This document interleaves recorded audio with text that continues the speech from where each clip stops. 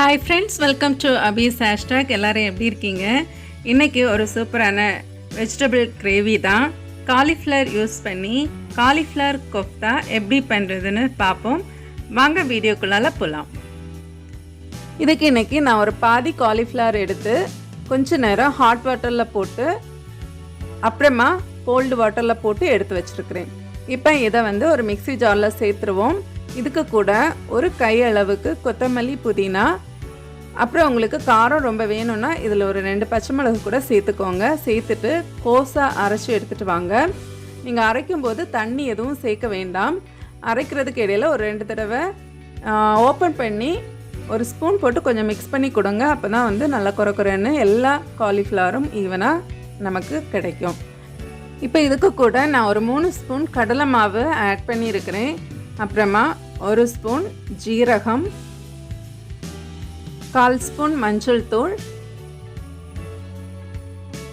1 spoon chilli powder, 1 spoon garam masala, கொஞ்சம் salt அவ்வளோ போட்டு நல்லா மிக்ஸ் பண்ணி கொடுங்க. உங்களுக்கு காரம் கொஞ்சம் கூட வேணும்னா நீங்கள் ஆல்ரெடி பச்சை மிளகாய் நீங்கள் அரைக்கும் போதே அரைச்சிங்கன்னா சேர்க்க வேண்டாம். இல்லைன்னா 1 ஸ்பூன் சில்லி பவுடர் கூட சேர்த்துக்கோங்க. இதை நல்லா மிக்ஸ் பண்ணிக்கோங்க. நல்லா மிக்ஸ் பண்ணிவிட்டு சால்ட்டு பெப்பர் எல்லாம் நல்லா செக் பண்ணிக்கோங்க. காரம் உங்களுக்கு வேணும்னா பெப்பர் ஏதாவது ஆட் பண்ணிக்கோங்க. ஒன்ஸ் நல்லா இந்த மாதிரி மிக்ஸ் பண்ணதுக்கு பிறகு கையில் கொஞ்சமாக ஆயில் எடுத்து நல்லா ஸ்ப்ரெட் பண்ணிக்கோங்க. இப்போது உங்களுக்கு என்ன ஷேப் பிடிக்குமோ அந்த ஷேப்பில் எல்லாத்தையும் பால் இல்லைன்னா இந்த மாதிரி கோன் ஷேப்பில் எடுத்துக்கோங்க. நான் இந்த மாதிரி நீளமாக தான் இன்றைக்கி நான் எடுக்கிறேன். இதெல்லாம் ரெடி பண்ணி வச்சுட்டு இது அப்படியே இருக்கட்டும். நம்ம கிரேவிக்குள்ளே மசாலா ரெடி பண்ணிடலாம். நான் இப்போ ஒரு மீடியம் சைஸ் ஆனியன் ரஃபாக சாப் பண்ணி சேர்த்துருக்கிறேன்.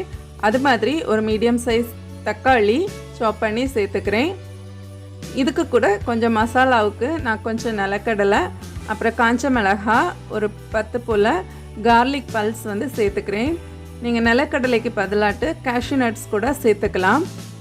இப்போ இதுக்கு கூட ஒரு 2 ஸ்பூன் கொரியாண்டர் சீடு, கொஞ்சமாக பெப்பர், பே லீஃப், பட்டை, கிராம்பு, ஏலக்காய், அப்புறமா 1 ஸ்பூன் பெருஞ்சீரகம் சேர்த்து இதையும் அதுக்கு கூட ஆட் பண்ணிடலாம். ஆட் பண்ணிவிட்டு இதை நல்லா ஃபைன் பேஸ்ட்டாக அரைச்சி எடுத்துகிட்டு வந்துடுவோம். இந்த அளவுக்கு அரைச்சி எடுத்துடலாம். இதை ஒரு சைடில் வச்சுருவோம். இப்போ நம்ம கிரேவி பண்ணுறதுக்கு முன்னாடி நம்ம எடுத்து வச்சுருந்த காலிஃப்ளவர் ரோல்ஸ் ஃப்ரை பண்ணி எடுத்துடலாம். எண்ணெய் நல்லா சூடானதுக்கு பிறகு நம்ம ரெடி பண்ணி வச்சுருக்கிற இந்த காலிஃப்ளவர் ரோல்ஸை போட்டு நல்லா ப்ரௌன் கலர் ஆகுறது வரைக்கும் 2 பக்கமும் திருப்பி போட்டுக்கோங்க. திருப்பி போட்டு குக் பண்ணி இதை செப்ரேட்டாக எடுத்து வச்சுக்கலாம். நான் ரெடி பண்ணி வச்சுருந்த எல்லா காலிஃப்ளவர் ரோல்ஸையும் இந்த மாதிரி ஃப்ரை பண்ணி எடுத்து வச்சிடுறேன். இப்போ நம்ம மசாலா ரெடி பண்ணிடலாம். ஒரு பேன் எடுத்து கொஞ்சமாக ஆயில் விட்டு ஒரு சின்ன பீஸ் இஞ்சி, அப்புறம் 2-3 பல் பூண்டு குட்டியாக கட் பண்ணி அதை ஆட் பண்ணிடலாம். இதுக்கு கூட ஒரு 2 காஞ்ச மிளகாய், கொஞ்சம் கறி லீஃப் ஆட் பண்ணிவிட்டு இதை வதக்கி கொடுப்போம். இப்போது நம்ம வெங்காயம், தக்காளி, மசாலா அரைச்சி வச்சுருந்ததை இதுக்கு கூட சேர்த்துடலாம்.